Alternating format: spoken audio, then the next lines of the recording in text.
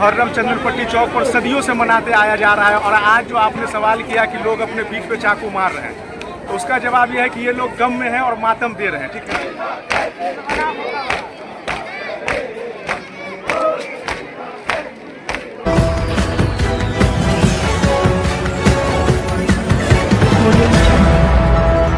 आज में मुहर्रम जो है हर साल की तरह इस साल भी निकलता है। इमाम हुसैन की शहादत को लेकर सब लोग गम मनाते हैं। इमामबाड़ा से चंदनपट्टी में चौक होते हुए फिर इमामबाड़ा तक जाएगी ये जुलूस, और फिर शाम के 4 बजे इमामबाड़ा से करबला के लिए जाएगी।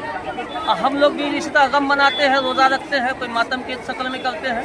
यही संदेश देते हैं कि जब तक इमाम हुसैन, जब तक दुनिया कायम रहेगी, इमाम हुसैन की शहादत लोग याद करते रहेंगे, यजीदों पर नालत भेजते रहेंगे जब तक दुनिया कायम रहेगी। यही मेरी हम लोगों की यही आस्था है, शान है, ताज़िया है। ताज़िया जी जी। तो इसके पीछे क्या राज है?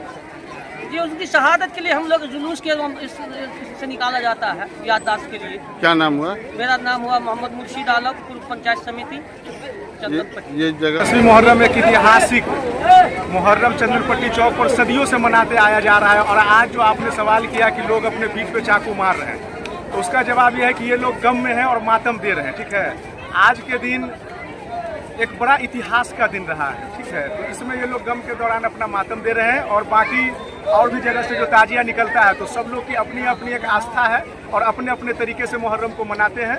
लेकिन चंदनपट्टी का मुहर्रम सदियों से काफ़ी ऐतिहासिक रहा है। और जैसा कि आप जुलूस से देख भी पा रहे हैं कि कितने लोगों की भीड़ है, और अपने तरीके से लोग गम मनाकर गम का इजहार कर रहे हैं, जिसलिए काला कपड़ा भी वो लोग पहने हुए हैं।